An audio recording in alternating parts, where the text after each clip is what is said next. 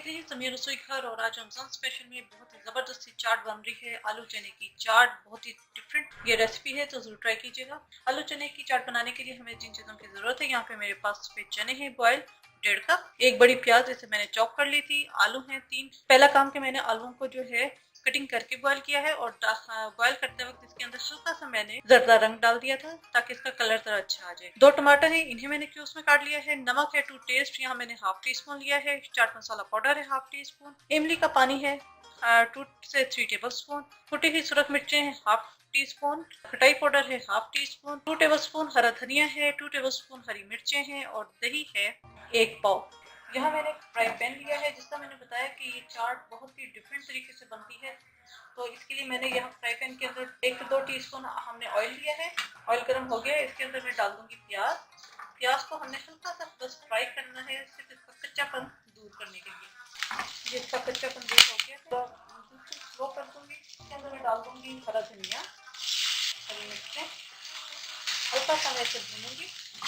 चूल्हा में बंद कर दूंगी इसका और इसको मैं थोड़ा सा ठंडा होने दूंगी। ये मिक्सचर हमारा तैयार है। प्याज का मिक्सचर जो है मैंने ठंडा होने के लिए रख दिया है। दोनों के अंदर जो है स्पाइसेस ऐड कर देंगे, चाट मसाला, नमक,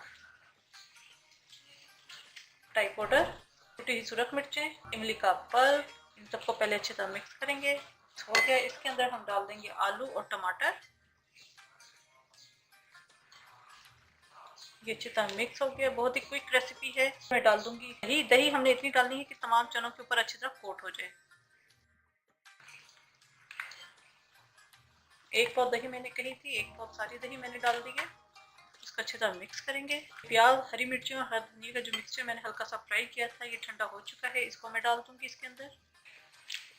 अच्छी तरह हम मिक्स करेंगे और हमारी चाट जो है चने की वो तैयार है। इसे मैं सर्विंग बाउल में निकालूंगी और मैं हल्का सा चाट मसाला स्प्रिंकल कर दूंगी। इसके अलावा अगर आपको पापड़ी पसंद है तो आप पापड़ी क्रश करके इसके अंदर डाल सकते हैं।